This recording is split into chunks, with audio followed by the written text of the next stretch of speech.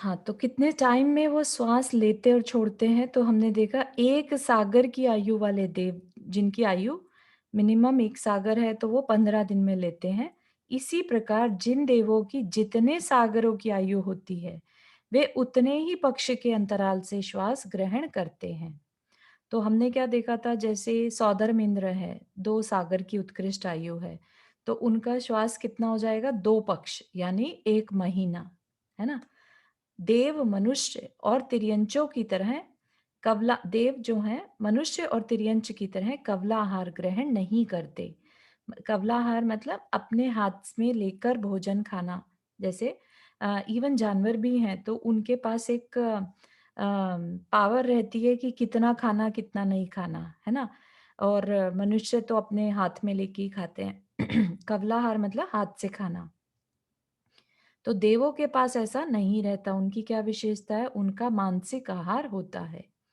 उनके मन में आहार का विकल्प होते ही कंठ से अमृत झरता है। तो उनको एज सच कोई भूख नहीं लगती, लेकिन अंदर में एक विचार भी आ गया तो कंठ से अमृत झर जाएगा। देव उसी से तृप्त हो जाते हैं।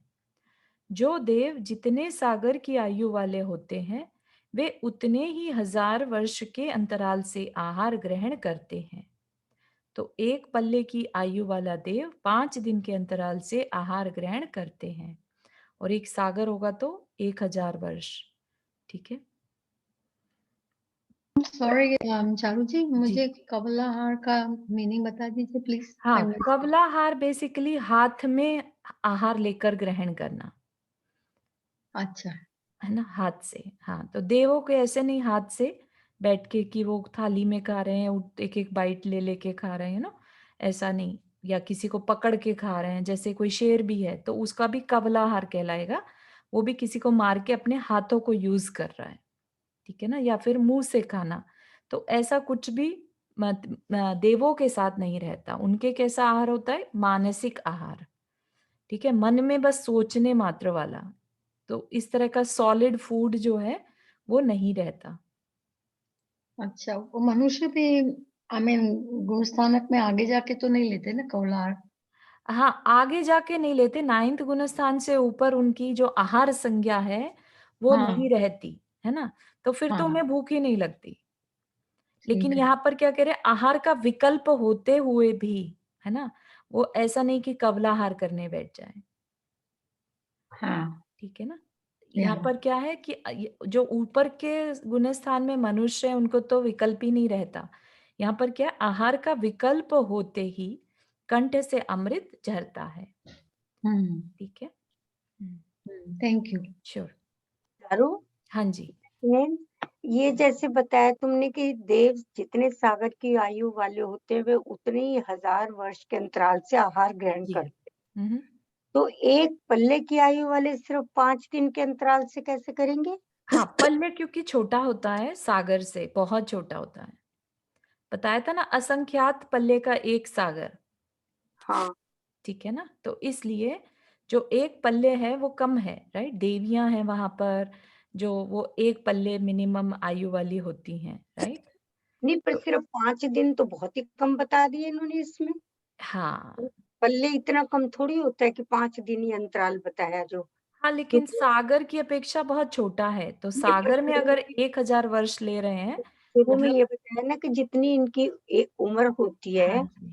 उसके हिसाब से उतना ये लेते हैं। हाँ, हाँ, जो जी देव जितने सागर की आयु वाले होते हैं, तो सागरों में आयु है तब 1000 वर्ष, राइट? पल्ले में है तो 5 दिन।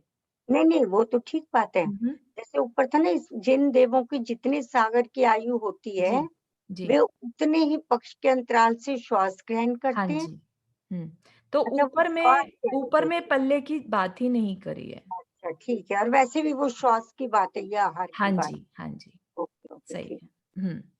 सरोज जी, आप कुछ कह रहे हैं? हाँ, मैं पूछ रही थी कि ये नवे गुण स्थान में तो मनुष्य ही रहेंगे ना वो? नौ देव में? थोड़ा नहीं, देव नहीं, नहीं, देव नहीं बनेंगे वो तो जस्ट। तो भूख तो लगती होगी, उपवास करते होंगे ना वो तो?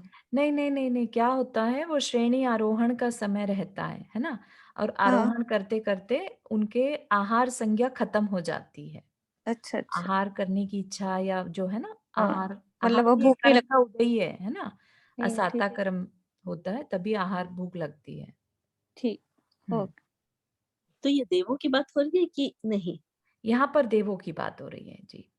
तो 9वें गुण स्थान में देव लोग नहीं खाएँगे नहीं, मतलब? नहीं, ये वो क्वेश्चन अलग था, वो मनुष्य की अच्छा, अच्छा। अपेक्षा से क्वेश्चन ओके, था। ओके। Hmm, thank you. ठीक है। अब है प्रविचार। प्रविचार इज़ काम सेवन, ठीक है?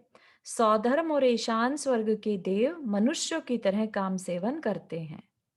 सानत कुमार माहेंद्र स्वर्ग के देव अपनी देवियों के मनोहर अंगों के स्पर्श मात्र से संतुष्ट होते हैं। अगर वो छू जाए तो बहुत है।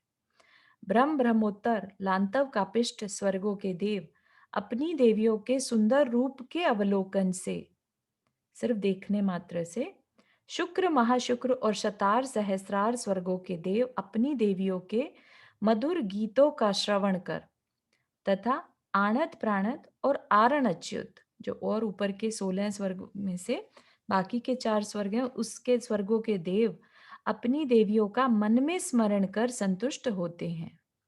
अच्युत स्वर्ग से ऊपर के देव प्रविचार रहित होते हैं।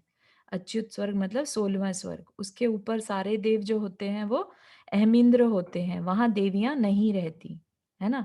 देवियां नहीं रहती और ना ही उनके अंदर प्रविचार का ख्याल भी आता है। ठीक है, यहाँ पर क्या बताया भाई, कोई देवियों का मन में स्मरण भी क्यों करेगा, क्योंकि प्रविचार का मन में आया।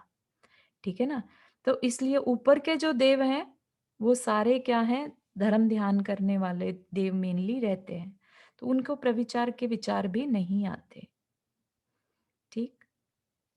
और यहाँ पर ये मत समझिएगा कि जितने भी सब हैं, सारे के सारे देव ही इस काम में लगे रहते होंगे। अगर अभी आगे चल के चर्चा आएगी लौकांतिक देवों की। लौकांतिक देव रहते हैं ब्रह्म स्वर्ग में। और वो बाल ब्रह्मचारी ही होते हैं, ठीक है? तो वहां पर उन देवों का कोई सेंस नहीं, मतलब कोई इंटरेस्ट नहीं रहता प्रविचार में। ठीक है, तो ये मुख्यता की अपेक्षा से बताया है कि ऐसा होता है वहां पर।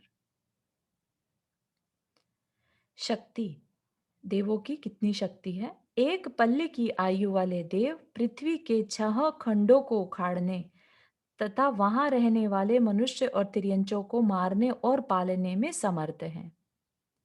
तो पृथ्वी के 6 खंड मतलब भारत क्षेत्र के, जैसे कह लीजिए 6 खंड को, ठीक है? तो ऐसा। और एक सागर की आयु वाला समस्त जम्बू द्वीप को पलटने और वहां रहने वाले मनुष्य तिर्यंचों को मारने और रक्षा करने में समर्थ है।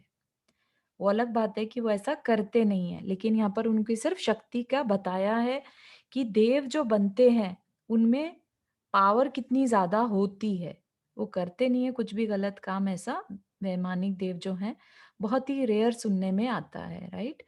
थोड़े बहुत कोई एक्सेप्शंस हो सकते हैं, लेकिन इन जनरल वो नहीं करते। तो हम्म। चारों भवंतरवासी और ये ऊपर वाले देव वैमानिक देवों का सबका सेम ही होता है ये? उसमें हाँ, भी यही चीजें थी? हाँ जी, हाँ जी, उसमें भी यही चीजें थी। तो देवों की शक्ति के बारे में हो गया ना ये तो। हाँ, तो चाहे भवंतरवासी हो चाहे हाँ, हाँ, वैमानिक। हाँ जी। हाँ, मिथिलेश जी आपने हाथ रेज़ किया? हाँ, आपकी आवाज़ नहीं आ रही है, शायद आपका अ, ऑन नहीं है या शायद। देवों की उत्पत्ति। आप दोबारा ट्राई कीजिएगा, आपका वॉइस कनेक्टेड नहीं है मिथिलेश जी। देवों की उत्पत्ति कैसे होती है? हालाँकि बहुत बार अपन ने इसके बारे में चर्चा की है। पूर्वांचल में सूर्योदय की तरह, जैसे पूरब में सूर्य उदय होता है, देव उत्पाद शैया में उत्पन्न होते हैं। बस जैसे प्रकट हो जाते हैं ना, कि सूर्य, अगर हम पूरब दिशा की ओर देखते रहें मॉर्निंग में, तो अचानक से सूरज आ जाता है, राइट? ऐसे ही देव उपपाद शैया में उत्पन्न होते हैं। तो देवलोक में, विमानों में उनकी ऐसे शैयाएं लगी रहती हैं, राइट? शैया मतलब आसन जैसे होते हैं ना, सोने के जैसे, लेटने के। तो उस उत्पाद शैया में बहुत सारे उपाद शैया रहती हैं, मतलब गिनती नहीं मालूम, लेकिन संख्यात शैया रहती हैं। जैसे 60 लाख टोटल विमान रहते हैं देवों के, राइट? तो लाखों में शैया रहती है उनकी, और जो पहले दूसरे स्वर्ग में है उनमें ज़्यादा शैया रहती हैं। क्यों? क्योंकि जो देवियाँ हैं वो पहले दूसरे स्वर्ग में ही जन्म लेती हैं। उनका शरीर जो बनता है वो पहले दूसरे में ही बनता है। उसके बाद ऊपर के स्वर्ग के देव जो हैं उन्हें आकर ले जाते हैं। ठीक है?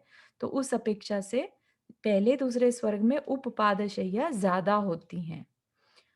और उत्पन्न होते ही, तो जैसे ही जीव ने वहां जन्म लेना है, राइट, एक अंतर मुहूर्त में, मतलब विद इन 48 मिनट्स के अंदर अंदर अंदर छहों पर्याप्तियों से पर्याप्त हो जाते हैं। तो छहों पर्याप्तियां हमने क्या ली थी? छहों पर्याप्तियां ना शरीर बनाने की शक्ति से मतलब होता है छहों पर्याप्ति का। ठीक है कि अगर हम शरीर बनना एक कार्य है, ठीक है? हम बॉडी बनाते हैं, लेकिन हमारे अंदर बॉडी बनाने की जो शक्ति है, उसको पर्याप्ति कहते हैं, शरीर पर्याप्ति। ऐसे ही जितने भी वर्गनाओं से शरीर बनता है, उनको इकट्ठा करना, इंद्रियां बनती हैं, हमारी सेंसेस बनती हैं, उनको इकट्ठा करना, श्वासोश्वास बनते हैं। तो ये सारी चीजें बनने की जो शक्ति मात्र है, फ्यूचर में उसको पूरा करते हैं, राइट? एक बेबी है बनने में, पूरा बनने में 9 मंथ्स पूरे लग जाते हैं, राइट? लेकिन उसको वो शरीर बना पाने की जो शक्ति होती है उसको पर्याप्ति कहते हैं। ठीक है? ये पर्याप्ति अंतर मुहूर्त में मिलती है। ठीक है? तो क्या कह रहे हैं? उत्पन्न होते ही वे एक अंतर मुहूर्त में चाहों पर्याप्तियों से पर्याप्त हो जाते हैं और उनका शरीर पूर्ण विकसित हो जाता है। तो अंतर मुहूर्त में उनका शरीर वहां पर बन जाता है। वे 16 वर्षीय किशोर की भांति दिखते हैं, एकदम यूथ। उनका शरीर नख, केश, रोम तथा सप्त धातुओं से रहित होता है। नाखून, केश, बाल उनके नहीं रहते, लेकिन जो बालों की वहां पर बालों की जगह आकार वैसा ही रहता है। ठीक है? शरीर में ही जैसे बाल लगे हुए जैसे होता है ना, वैसा, ना तो वो बढ़ते ना घटते, ऐसा। रोम तथा सप्त धातुओं से रहित होता है, हड्डी, मांस, मज्जा ये सब नहीं होता। जैसे ही देव अपना उपपादशैया में उत्पन्न होते हैं, वहां के कपाट, कपाट मतलब दरवाजे, तो जिस जगह पे वो उत्पन्न हुए, राइट, जैसे उनकी बॉडी कंप्लीट हुई, ऐसे ही दरवाजा खुल जाएगा। ठीक है? अनायास ही खुल जाते हैं। अनायास means all of a sudden. ठीक है? तो दरवाजे खुले, उसी समय आनंद भेरी बजती है और अनुराग युक्त देव देवी नवजात देव की जय जयकार और स्तुति करते हुए उनके स्वागत में आते हैं। ठीक है ना? तो कितना इंटरेस्टिंग सा है ये सारी परिस्थिति वहां पर, कैसे सिस्टम बना हुआ है ना? कोई भी देव आएगा तो आनंद भेरी, वहां पे म्यूजिक अपने आप बजने लगेगा और अनुराग से बाकी जो देव हैं, ऐसा नहीं कि सारे के सारे आ जाएंगे, जिनको अटैचमेंट होगी या जो उनसे रिलेटेड होंगे, ठीक है ना, परिवार के होंगे, तो वैसे वाले वो देव देवी नवजात देव की जय जयकार और स्तुति करते हुए उनके स्वागत में आते हैं। देवों का समूह देखकर नवजात देव को आश्चर्य होता है। ठीक है ना? तो जैसे बड़ा सुंदर इसका वर्णन आदि पुराण में आता है, जब आदिनाथ भगवान का जीव ललितांग देव बना। ठीक है? उससे पहले उन्होंने बहुत कठोर तपस्या करी 1 माह की, और समाधि मरण पूर्वक मरण भी किया, और एकदम से जब ललितांग देव बने ऊपर के स्वर्ग में जाके वैमानिक देवों में, तो ऐसे ही बिल्कुल सीन क्रिएट हुआ, राइट? और उसी समय अवधि ज्ञान या विभंग ज्ञान उत्पन्न हो जाता है। तो जैसे देखा, उन्हें आश्चर्य, इतना आश्चर्य होता है अपने आप को देव, मतलब बाकी सराउंडेड बाय देव देखने के बाद, कि ये मैं कहाँ आ गया, है ना? हर एक को अपनी आइडेंटिटी जानने का मन होता है राइट अवे, चाहे वो बच्चा हो, चाहे देव हो, चाहे कोई भी हो, राइट? तो उसको भी, देव को आश्चर्य हुआ कि मैं कहाँ आ गया, कौन हूं मैं, राइट? फिर वो, उसके पास क्योंकि अवधि ज्ञान होता ही है, तो इतने ज्यादा आश्चर्य में वो अवधि ज्ञान लगाता है। तो अब वो मिथ्या दृष्टि है तो विभंग ज्ञान, और सम्यक दृष्टि है तो अवधि ज्ञान लगाएगा, राइट? अपने अवधि ज्ञान से यह जानकर कि पुण्य के फलस्वरूप यह देव पर्याय मिली है।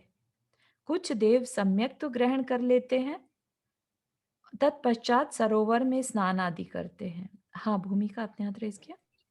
जय जी ने चारू जय चारू जी। अभी आपने थोड़े टाइम पहले ऐसा कुछ बताया था ना कि देव अवधि ज्ञान अपने लिए यूज नहीं करते, वो किसी से पूछते हैं, तो हाँ फिर ये बात एक हाँ, बार ये समझा दो। वाला यस यस वेरी ट्रू कि वो अपनी आयु के बारे में अपने बाकी टाइम में अवधि ज्ञान नहीं लगाते अपने बारे में, लेकिन जन्म के साथ जो उनको आश्चर्य होता है उस समय उनका अवधि ज्ञान बाय नेचर लगता है कि वो कहाँ से आए हैं।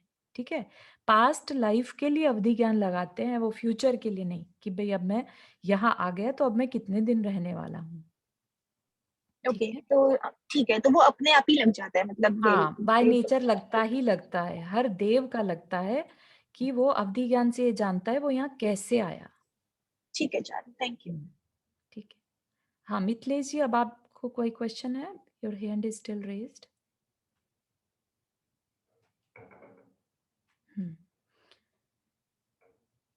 ठीक है, तो अब वो जानने के बाद जब उन्हें लगता है कि अरे वो तो कितने बड़े उन्होंने तपस्या करी थी, संयम धारण किया था जिसकी वजह से आज ये देव पर्याय मिली, है ना? वो अपने पीछे कमंडल को देखते हैं, तो उनको फिर से वैराग्य के भाव अंदर में आ जाते हैं। तो जिन देव को बहुत स्ट्रांगली आ जाएंगे, तो वो सम्यक ग्रहण कर लेते हैं, नहीं आएंगे तो मिथ्या दृष्टि बने रहेंगे, है ना? और सब जो देव जितने भी जन्म लेते हैं उनका फिर वहां पर अभिषेक होता है। तत्पश्चात सरोवर में स्नान कर पट स्वरूप अभिषेक और अलंकारों को प्राप्त कर सम्यक दृष्टि देव स्व प्रेरणा से, मतलब अंदर से ही उनको ऐसा लगता है कि बस अब मुझे जिनेंद्र देव के दर्शन करने हैं। और मिथ्या दृष्टि देव को भी लगता है कि मुझे जाना है, मंदिर तो जाना है अभिषेक के बाद, राइट? खुद का अभिषेक, पहले नहाना धोना, खुद का स्नान करते हैं और फिर देव के दर्शन, तो वो उनको कुल देव मानकर करते हैं। ठीक है, तो स्व प्रेरणा से अन्य देवों, जो मिथ्या दृष्टि देव हैं, वो अन्य देवों के द्वारा संबोधित किए जाने पर जिन पूजन और अभिषेक में प्रवृत्त होते हैं। हाँ, भूमिका। देव नहाना धोना थोड़ी करते हैं। नहाना धोना नहीं करते, लेकिन सबसे पहले जब वो जन्म लेते हैं वहां पर, तो ऐसा उनके मेंशन किया है कि वो स्नान करते हैं, मतलब उनका वहां अभिषेक होता है, जन्माभिषेक होता है ना, जैसे अपना हम हम्म, राजा लोग का अभिषेक देखा होगा, है ना, मूवीज वगैरह हाँ में, है ना? हाँ, तो वैसा अभिषेक होता है, बाकी देव उनका अभिषेक करते हैं, मतलब बट वो एक ही बार होता है, राइट? हाँ, बस रोज एक ही रोज तो बार नहीं होता है, करते। यस यस यस, हाँ, एक ही ठीक बार है। होता है, ये सब उनके जन्म की व्यवस्था है। हाँ, रुक्मिणी आंटी, आपने हाथ रेज हाँ, किया। चारों जैसे तुमने भी बताया कि विभंग और सम्यक, है ना? हाँ तो सम्यक में तो उन्होंने पिछले उसके जन्म का अपना जैसे देख लिया कि हम हाँ वहां हाँ से आए और इच्छी कमंड। हाँ तो हाँ, विभंग में क्या देखते हैं फिर? विभंग में भी है तो अवधि ज्ञान ही, और अच्छा, मिथ्या दृष्टि देवों के लिए विभंग ज्ञान यूज किया है बेसिकली, राइट? कि वो उन्हें हाँ दृष्टि अच्छी क्या चीज नहीं देखते दिख हैं? पाती है कि मैं देव क्यों बना, मैं सम्यक अच्छा, तो मैंने संयम धारण किया था, मैं इसलिए देव बना, ये अच्छा, बात उनके मन में नहीं आ पाती। ठीक है, ठीक ठीक है। है। चारों जो ये विभंग ज्ञान इज इट सेम एज कुअवधि ज्ञान? कुअवधि वाला ही कहेंगे, विभंग ज्ञान का ही दूसरा नाम कुअवधि ज्ञान है, लेकिन यहाँ पर ऐसा नहीं कि वो क्योंकि देव बने हैं तो किसी पुण्य से बने हैं, है ना? और यहाँ हम्म, पर बात चल रही है वैमानिक देवों की, तो डेफिनेटली वो पुण्य ही करके आए हैं, ठीक है ना? लेकिन वो अपने संयम के बारे में जानकारी नहीं ले पाते क्योंकि वो मिथ्या दृष्टि देव है, राइट? तो उनका ज्ञान उतना क्लियर उनकी बात, मतलब संयम को नहीं दिखा पाता। जैसे अभी जो ललितांग देव की बात बताई, आदिनाथ भगवान का जो जीव था, राइट? तो वो संयम बहुत दृढ़ अपनी तपस्या करके और फिर वैमानिक देवों में गए, ठीक है ना? तो वो सम्यक दृष्टि देव बने वहां पर, ठीक है? तो उनका जो अवधि ज्ञान था वो सुअवधि ज्ञान एक तरह से कह लीजिए। और जो बाकी जो किसी और रीजन से, जरूरी नहीं है ना सभी लोग संयम धारण करके और निर्ग्रंथ साधु बनकर ही देवगति में जाएं, राइट? और बहुत से रीजंस हैं, आगे चल के बताएंगे क्यों जाना होता है। तो और भी रीजंस हैं। तो अगर कुअवधि ज्ञान है, राइट, तो उस वजह से उनको रियलाइज नहीं होगा कि उनने क्या, मतलब अम, संयम छूट गया उनका, उन्हें दुख नहीं होता इस चीज का। ठीक है ना, बस इतना ही समझिए। है तो पुण्य ही, लेकिन उनको दुख नहीं होता देव गति में आने का। लेकिन जो सम्यक दृष्टि होते हैं, जो पहले जिन्होंने निर्ग्रंथ साधु बने, पीछी कमंडल था जिनके पास, राइट, उनको दुख होता है बल्कि कि मेरा जो आत्म कल्याण करने का अवसर था वो चला गया। हाँ। ठीक है। चारू एक बार दोबारा बताओ कि विभंग ज्ञान और कुअवधि ज्ञान में क्या फर्क हो कुछ? हाँ, हमने जो देखा था ना नरक में, राइट, नरक में नारकी को जो ज्ञान होता है वो नियम से कुअवधि ज्ञान होता है, जिसमें वो वहां आने का कारण, नरक में आने का कारण देखता है अपना। ठीक है। अच्छा, तो नरक ठीक में है। आया है तो कुछ गड़बड़ करके आया है, राइट। हाँ, हाँ, और उसको जो अपने पूर्व पर्याय में भी सब नेगेटिव नेगेटिव ही दिखाई देता है। हाँ, हाँ, ठीक है ना, ठीक, कुछ अच्छा याद नहीं आता। ठीक है। तो यहाँ पर विभंग ज्ञान का मतलब ये है कि जो मिथ्या दृष्टि जी वहां पर आया है, राइट, हाँ, तो हाँ, उसको अपने संयम आदि के बारे में कोई पछतावा या वो दुख नहीं होता।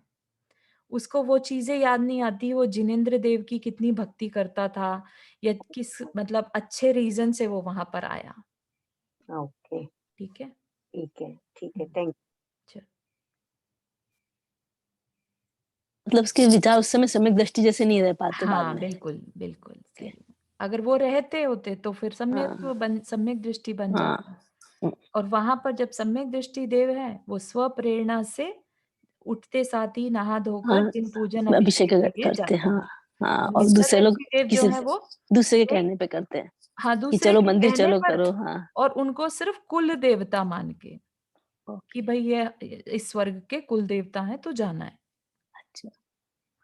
उसके मतलब उनको बाद कुल देवता सभी मानते हैं, देव, बाकी को फिर हाँ, देवता मानेंगे ऐसे? उनको कुल देवता मानते हैं, हाँ बाकी जी, सबको हाँ, देवता उन्हें मानते हैं। उन्हें वो जिनेंद्र देव वीतरागी देव नहीं मान पाते। ओके, उनको वीतरागता का मतलब ही नहीं समझता ना, क्योंकि वो बने ही वैमानिक देवों में भले ही पहुंच गए, हम्म, लेकिन संयम धारण करके नहीं, और बाकी अच्छा, रीजन से, दान के ओके, प्रभाव से, या बाल तप करने के कारण। हाँ, कुछ अच्छा काम करके पहुंच गए। हाँ, हाँ, और ओके, अच्छे काम बाकी के। Okay, thank you. हम्म। उसके बाद सभी देव अपनी आयु पर्यंत इंद्रिय सुख सागर में निमग्न रहते हैं। तो यहाँ पर सभी देव से मतलब 16वें स्वर्ग तक ही होगा। उसके बाद जो है, जो ऊपर के देव हैं, वो तो अपना तत्व चिंतन आदि में अपना समय निकालते हैं। ठीक है। तो ये क्योंकि सबकी अपेक्षा से है, इसलिए ऐसा लिखा है, सभी देव आयु पर्यंत इंद्रिय सुख सागर में निमग्न रहते हैं। तो इंद्रिय सुख तो होगा ही, है ना, चाहे उनको तत्व चिंतन भी है, लेकिन इंद्रिय सुख तो मिलता ही रहता है। देवियों की उत्पत्ति, सभी वैमानिक देवों की देवियां सौधर्म ईशान स्वर्ग में ही उत्पन्न होती हैं, उससे ऊपर नहीं। ऊपर के स्वर्ग के देव अपनी अपनी नियोगिनी देवियों की उत्पत्ति को अवधि ज्ञान से जानकर उन्हें मूल शरीर सहित अपने अपने विमानों में ले जाते हैं। तो ऐसा भी नहीं कि देवियों का शरीर, मूल शरीर वहीं रह जाए और उनके विक्रियक शरीर को ले जाए, नहीं, मूल शरीर सहित अपने अपने विमानों में ले जाते हैं। बट ये भी एक व्यवस्था ही है कि पहले दूसरे स्वर्ग में ही देवियां उत्पन्न होती हैं। सम्यक और, चारों मेरा एक हाँ, क्वेश्चन है, I mean it's really weird question, hmm, but देखो प्रकृति में तो ये व्यवस्था है कि जब मतलब मेल और फीमेल सेक्स करते हैं तो बच्चे पैदा करने के लिए सेक्स करते हैं, चाहे वो फ्लावर्स हो चाहे एनिमल्स हो। तो जो प्रथम और द्वितीय सर्ग में प्रविचार करते हैं तो ये लोग क्यों करते हैं? इसका प्राकृतिक रीजन तो कोई होया ही नहीं। नहीं, प्रकृति का है एक्चुअली प्राचीति, आपको मालूम है 4 संज्ञाएं होती हैं, राइट। हम्म, आहार संज्ञा, भय संज्ञा, मैथुन संज्ञा और परिग्रह संज्ञा। ठीक है। हम्म, ये नेचुरल इंस्टिंक्ट है। भले ही आज कह देने में आता है कि ये संतति आगे चलाने के लिए कर रहे हैं, लेकिन ये हम्म, वेरी नेचुरल इंस्टिंक्ट। ठीक है। इसीलिए भोग भूमि में भी और देवों में भी, क्योंकि हम्म, संज्ञाएं तो हर जगह हैं, हम्म, है ना, तो ये संज्ञावश उनके अंदर ये भाव होता है। अच्छा। है ना? तो ये इन कहीं से भी नहीं है कि बच्चे करने इसलिए होता है, ठीक है? वो तो हो जाते हैं, वो तो एक प्रकृति ने एक तरीका बता दिया कि संतति आगे बढ़ाने का। अदरवाइज देव कैसे बनते हैं? देव तो अपने आप ही बन जा रहे हैं। लेकिन अच्छा, मैथुन संज्ञा की वजह से होता है प्रविचार। तो आप ये कह रहे हो कि नेचुरली मतलब आत्मा यस, के संग ये लगा हुआ है, ये मतलब कषाय। संज्ञाएं लगी हुई हैं। हाँ, हाँ, बिल्कुल। ओके। बहुत इंटरेस्टिंग चीज है ये एक्चुअली। इवन वनस्पति कायिक जीव जो हैं, इवन उनमें तक ये संज्ञा होती है। वो भी अट्रैक्ट हाँ, होते हैं फीमेल की तरफ, मेल की तरफ, हाँ, है ना? हाँ, ये तो बात सही है। है ना? तो बहुत बहुत ही इंपॉर्टेंट चीज है ये। हम्म। ये भूमिका। आपने 4 संज्ञा बताई ना, हाँ, आहार, भय, मैथुन और परिग्रह। परिग्रह। हाँ, सब में बाय नेचर, ओके। जितने भी लिविंग बींग है सब में बाय नेचर परिग्रह। इवन वनस्पति परिग्रह करती है, अपनी सेफ्टी करती है, डरती है, राइट? हाँ, तो ये बहुत नेचुरल इंस्टिंक्ट है। चारू, मेरा क्वेश्चन ये था, आपने बताया देवियां जो है पहले और सौधर्म और ईशान स्वर्ग में ही उत्पन्न होती है। हाँ, तो और ऊपर वाले देवों को फिर पता लग जाता है कि जी। उनकी देवी आई है, तो वो देवी कैसे डिसाइड कर लेते, मतलब पिछले जन्म से डिसाइड करते हैं कि ये उनकी देवी पैदा हो गई यहाँ पर? तो आ, ये चीज हाँ, कैसे उनको समझ में आता है कि ओ अच्छा ये वाली देवी तो हाँ, उनके अवधि ज्ञान में आ जाता है कि उनकी देवी ने जन्म ले लिया। ऐसा तो है नहीं कि एक देवी है। कितनी हमने देखा था, एक इंद्र की 1,60,000 देवियां, है ना? और ऊपर हाँ, ऊपर भले ही कम हो जाएं, लेकिन फिर भी हजारों में देवियां हैं, ठीक है ना? लेकिन उनके अवधि ज्ञान से उनको पता चलता है कि मेरी नियोगिनी देवी ने जन्म ले लिया, तो मुझे उसको लाना है। जस्ट लाइक अच्छा। हर का कोई ना कोई काम है, राइट? तो अपनी हम्म। देवी को अपने स्वर्ग में लाने का उसका काम है। अच्छा, तो ऐसे हो गया। अरे जैसे क्लास होती है कि क्लास में 3rd ग्रेड वाला बच्चा नया आ गया है, तो अब हाँ, चलो। बिल्कुल। अब तुम अपने ओके। बच्चे को अपने, जैसे स्कूल में एडमिशन हुआ, राइट। राइट? राइट, तो हाँ। अपनी अपनी क्लासेस में ले जाओ। ठीक है, थैंक यू। अच्छा। हाँ, नंदा जी, आपने हाथ रेस किया। हाँ, ये जैसे आप कह रहे हैं कि अपनी अपनी देवियां, तो इनका कुछ पहले से रिलेशन होता है, वो उसी फैमिली के लोग जाती है, किस तरह नहीं, से अपनी नहीं, और नहीं, नहीं, ऐसा कुछ नहीं है। सिर्फ अब देव बनने के बाद उनके अवधि ज्ञान में आ जाता है कि ये मेरी देवी है, बस मुझे इसे लाना है, बस इतना। ऐसा नहीं कि ये मेरे से पहले से रिलेटेड है, या ये लोग हैं तो ऐसे ही इस वाले स्वर्ग से जुड़ेंगे, इस देव से जुड़ेंगे, ऐसा नहीं। सबके कर्म के हिसाब से डिसाइड हो रहा है कि वो किस देव में, किस स्वर्ग में जाएगा, है ना? कि देव बनेगा, देवी बनेगा, वो सब कुछ अलग डिसीजन हो रहा है।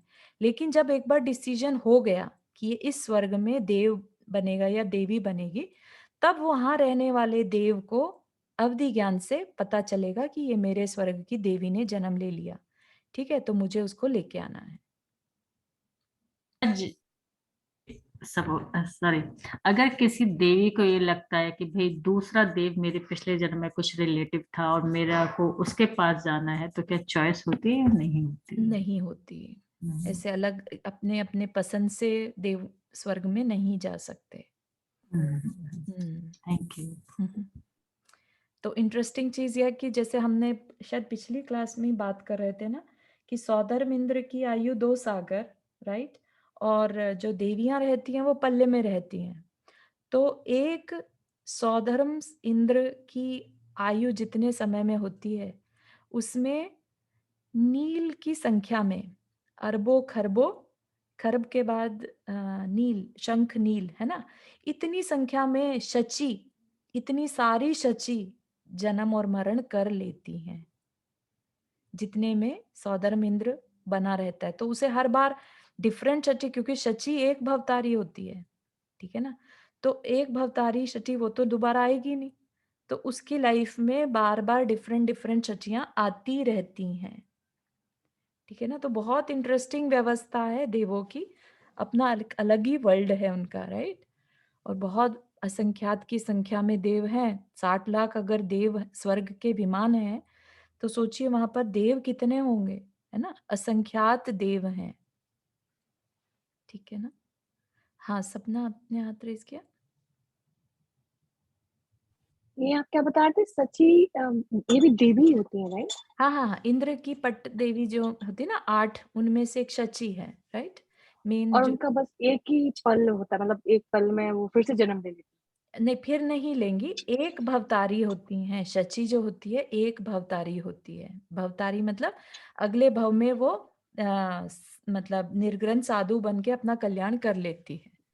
ओ ठीक तो है। इसका मतलब इनका इतना पुण्य ऐसा हाँ, होता है शची कि का इतना ओ पुण्य हो जाता है क्योंकि अपने पूरे जीवन में वो बहुत सारे तीर्थंकरों के जन्म कल्याणकों में बालक तीर्थंकर को गोद लेती है, राइट। उनको लेके ओ पांडुक अच्छा। शिला पे जाते हैं, राइट। तो उसका जो उसकी भक्ति से उसका पुण्य इकट्ठा होता है तो वो अपना एक भव में अपना कार्य कर लेती है, ओह तो वाह। उसी पुण्य की वजह से वो स्त्री वेद का भी छेदन कर तय लेती कर है। लेती है। हाँ, बार बार तीर्थंकर को गोद में लेना, सोचिए कितना बड़ा पुण्य है ना। तो ऐसे इंद्र के जीवन काल में नील की संख्या में शची होती हैं।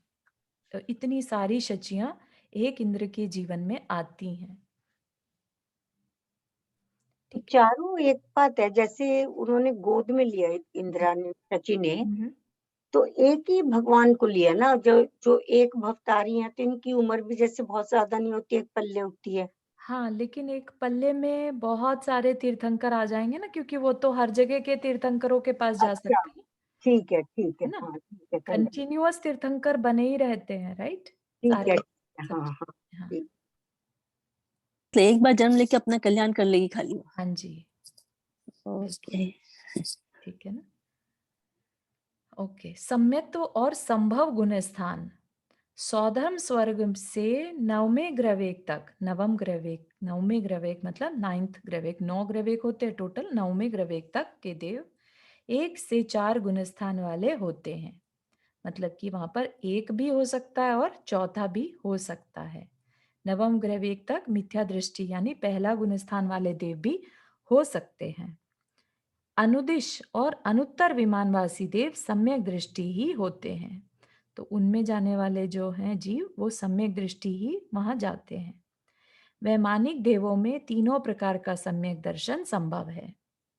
ठीक है, 3 प्रकार का कौन सा? उपशम, छह उपशम और क्षयिक। ठीक है। तो तो चारों ये जो अनुदिश और अनुत्तर विमान के वासी देव हुए और इनको तीनों प्रकार का सम्यक दर्शन हुआ, तो ये कौन से गुण स्थान में हो जाएंगे?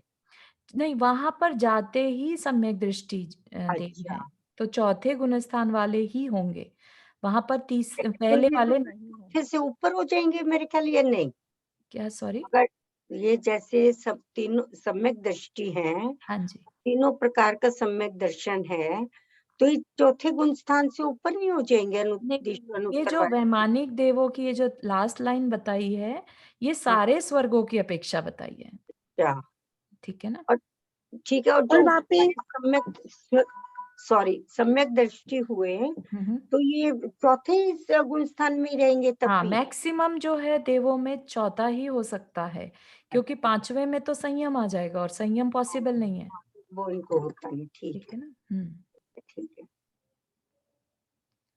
ठीक है, तो आज के लिए इतना ही रखते हैं। गति आगति थोड़ा सा विषय और रह गया अपना। आई थिंक इस वीक में हो जाएगा हमारा कंप्लीट ये। किसी को कोई क्वेश्चन आज के टॉपिक से?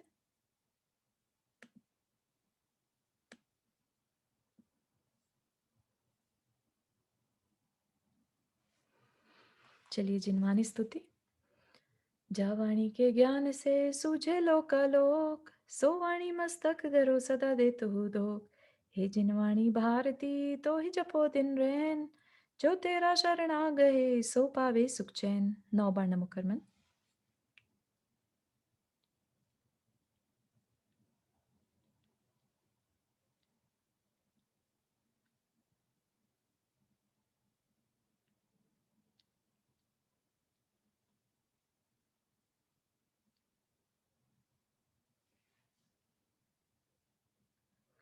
सभी को जय जिनेन्द्र। जय जिनेन्द्र सभी को। जय जिनेन्द्र कल सभी भी को। 4:30 ही है, आप सब- कंफ्यूज नहीं जय होइएगा। जिनेन्द्र। ठीक है, दिस अच्छा विल बी द टाइम। अच्छा। ओके। जय जिनेन्द्र सभी को।